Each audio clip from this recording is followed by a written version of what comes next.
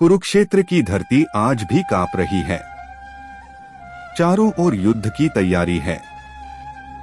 शंखों की आवाज, घोड़ों की टापें और हथियारों की खनक के बीच एक योद्धा मौन खड़ा है, अर्जुन। लेकिन इस बार अर्जुन का मौन डर का नहीं है। यह मौन है जिज्ञासा का। यह मौन है उस प्रश्न का जो हर इंसान के भीतर कभी न कभी उठता है। अर्जुन धीरे से कृष्ण की ओर देखता है और मानो पूछता है, हे कृष्ण, यह संसार आखिर चलता कैसे है? मैं कौन हूं और आप कौन हैं? कृष्ण मुस्कुराते हैं। वह मुस्कान साधारण नहीं है। उसमें धैर्य है, करुणा है और पूरा ब्रह्मांड छुपा हुआ है।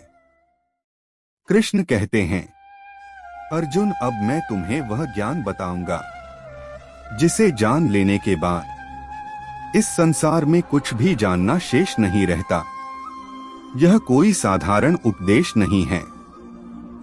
यह स्वयं ईश्वर का आत्म परिचय है। कृष्ण कहते हैं, हजारों मनुष्यों में कोई एक मुझे जानने की इच्छा करता है और उन चाहने वालों में भी कोई एक ही मुझे तत्व से जान पाता है। जरा रुकिए और अपने जीवन पर नजर डालिए। हम रोज कितनी चीजों के पीछे भागते हैं, पैसा, पद, रिश्ते, पहचान, सुख। लेकिन कितनी बार हमने सत्य को जानने की कोशिश की? कृष्ण कहते हैं, जो सत्य को जानने की इच्छा कर लेता है वह साधारण नहीं रहता। फिर कृष्ण अर्जुन से कहते हैं, अर्जुन, यह पूरा संसार मेरी प्रकृति से बना है। और वे गिनाते हैं, पृथ्वी, जल, अग्नि, वायु, आकाश, मन, बुद्धि और अहंकार। कृष्ण कहते हैं, ये 8 तत्व मेरी प्रकृति हैं। लेकिन फिर वे ठहरते हैं और उसी ठहराव में गहराई है। वे कहते हैं, पर अर्जुन, यह तो मेरी निम्न प्रकृति है। अब अर्जुन चौंकता है। यदि यह सब निम्न है तो उच्च क्या है? कृष्ण आगे कहते हैं, इससे भी ऊपर मेरी एक और शक्ति है जिसे मैं परा प्रकृति कहता हूं।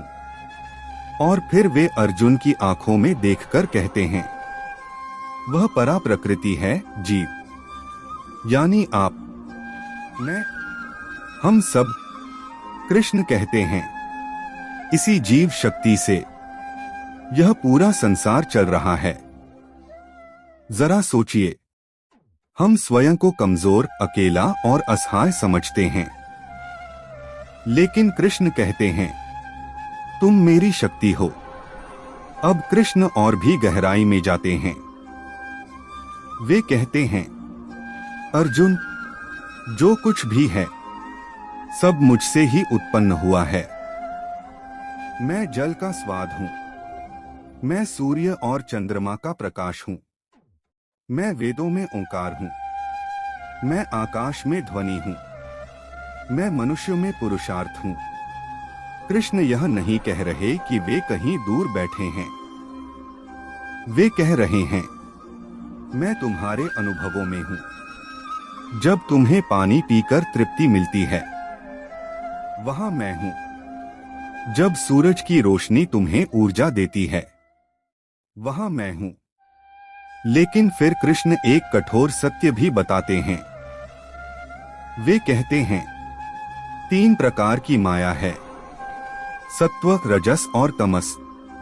और यही माया मनुष्य को बांध लेती है। कोई सुख में फंस जाता है, कोई कर्म में उलझ जाता है और कोई अज्ञान में डूब जाता है। कृष्ण कहते हैं, जो लोग इन गुणों से मोहित हैं वे मुझे नहीं पहचान पाते। लेकिन फिर वे आशा का द्वार खोलते हैं। वे कहते हैं, जो मेरी शरण में आ जाता है वह इस माया को पार कर जाता है। यह शरण भागना नहीं है, यह जागना है। फिर कृष्ण 4 प्रकार के लोगों का वर्णन करते हैं जो उन्हें भजते हैं। कोई दुख से पीड़ित होकर, कोई धन की इच्छा से, कोई जिज्ञासा से और कोई ज्ञान से। कृष्ण कहते हैं चारों श्रेष्ठ हैं, लेकिन जो ज्ञान से भजता है वह मुझे अत्यंत प्रिय है। और अंत में कृष्ण वह वाक्य कहते हैं जो इस पूरे अध्याय की आत्मा है। वे कहते हैं बहुत जन्मों के बाद कोई ज्ञानी यह समझ पाता है कि सब कुछ वासुदेव ही है। ऐसा ज्ञानी दुर्लभ होता है। कृष्ण अर्जुन को नहीं, हम सबको देख रहे हैं। मानो पूछ रहे हो, क्या तुम केवल संसार को देखोगे या उसके पीछे छुपे सत्य को भी पहचानोगे? गीता का 7वां अध्याय यहीं समाप्त होता है, लेकिन प्रश्न यहीं से शुरू होता है। अब निर्णय आपका है।